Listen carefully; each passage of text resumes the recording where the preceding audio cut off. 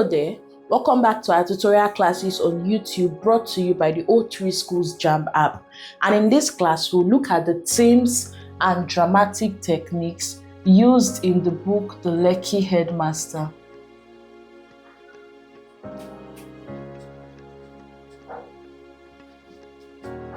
Now we begin with the themes.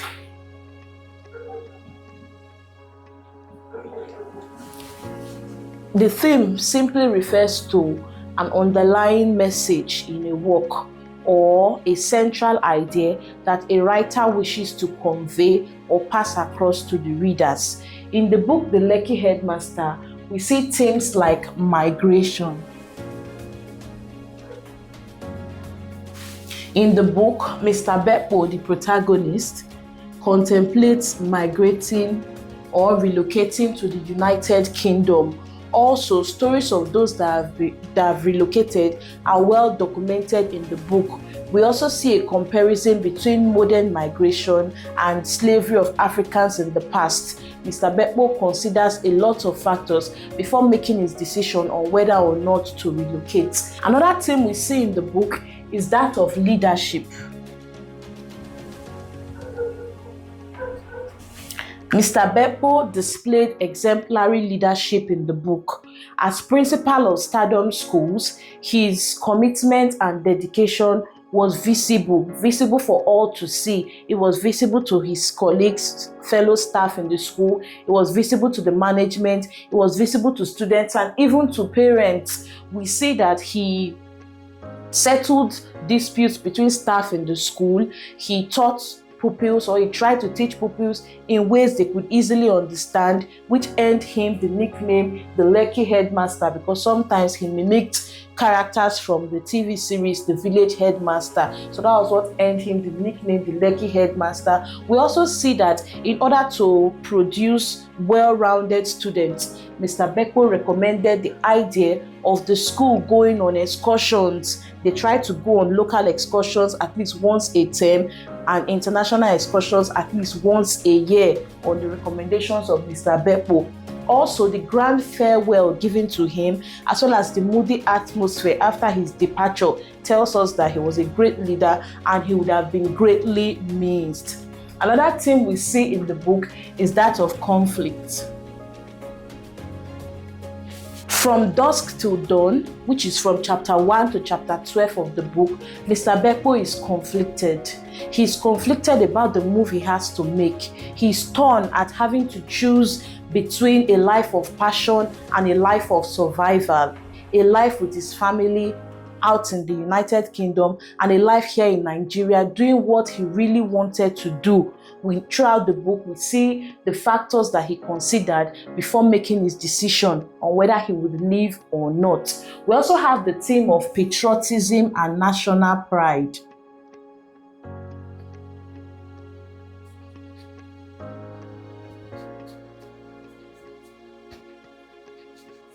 The book The Lekki Headmaster celebrates Nigeria. It celebrates Nigeria's cultural and natural heritage. We see this theme in the incorporation of proverbs from different tribes, incorporation of various dances that the different tribes in Nigeria has. We also see it in the mention of many of the natural resources and tourist attractions that we have in the country. So this theme of patriotism and national pride is well displayed in the book. We also have other minor themes such as family loyalty, the theme of sacrifice, the theme of poverty, job insecurity, ethics and integrity, as well as others. All these are also minor themes explored in the book. Now we look at dramatic techniques.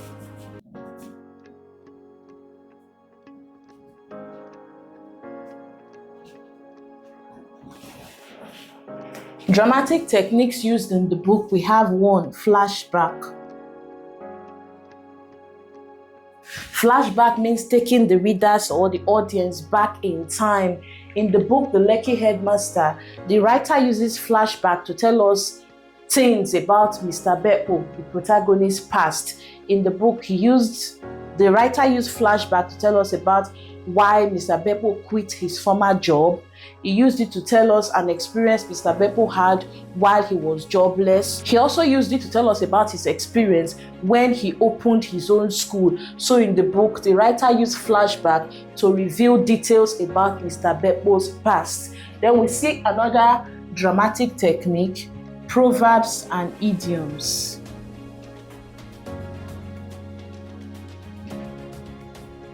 Now, a proverb is a general saying that expresses a general truth, and in the book, most of the proverbs were given in local language, while an idiom is an expression that has a figurative meaning. In the book, we see idioms like "let sleeping dogs lie," "borrow a leaf," "disappeared into the Japa wind." Idioms like that were used in the book. The writer used them to better convey his ideas to the readers. Then we also have figures of speech.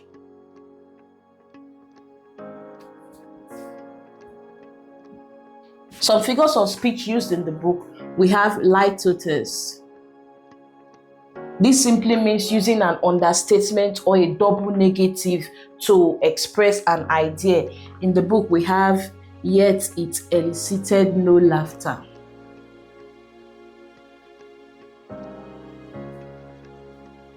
Then we also have "not a few people."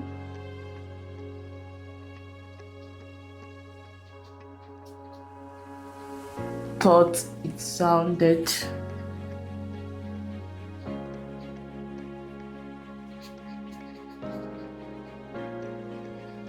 So these are examples of litotes used in the book. We also have personification, another figure of speech used. And this simply means attributing human qualities to inanimate objects. In the book, we have "you could see a rock."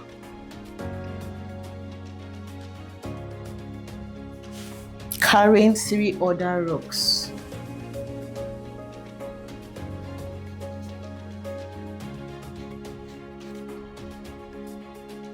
On its head.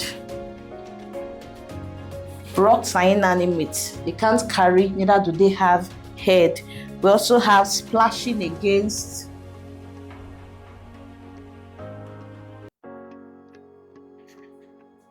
Joyous ribs of lucky rocks. Rocks can't be lucky, neither do they have ribs or are the ribs joyous. Another figure of speech used in the book, we have hyperbole. And hyperbole is an over-exaggeration. An example from the book, we have information traveled faster than light. Yes, the information moved fast, but there's no way it could have traveled faster than light. Then we have onomatopoeia. These are words that resemble the sound. It's like spelling a word the exact way the word is pronounced. And in the book, we have "as the school's photographer."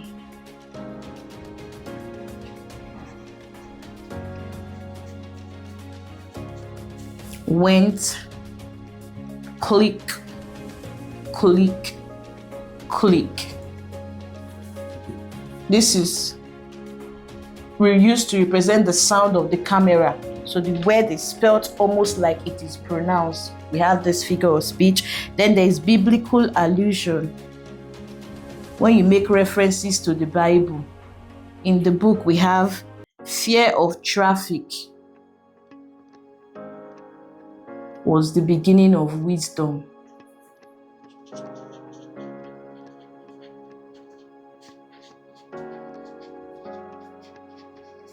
Making reference to the verse in the Bible that says fear of God is the beginning of wisdom. So this is biblical allusion. Then we also have endiadis. This is simply using two words to express one idea.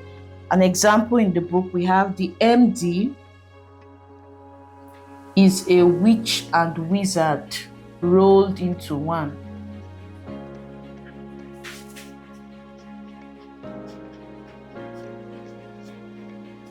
And then lastly, we look at the tone and the mood.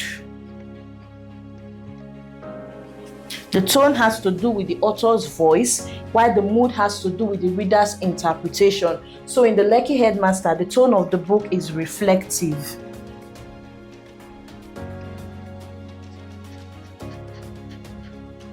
The tone of the book is reflective throughout the entire book, from dusk to dawn. Like I said before, Mr. Bepo, the protagonist, reflects on a whole lot of factors that would help him come to a decision about whether or not he should relocate or not. Now, the mood is inspirational.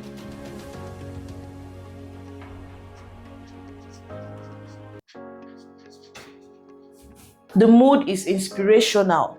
Bepo's commitment to his job, to the school, his dedication, his great work ethic, and finally his decision to stay behind instead of relocating is inspiring, and it should inspire the readers. Now that brings us to the end of our series on the Lekki Headmaster. And like I said before, when we began our very first class, if you've been following, I said this summary or this analysis is not in any way a substitute to you reading the book. So please, in your preparations for your upcoming UTME, try as much as possible to read the book. You should even read it more than once. Read it from cover to cover.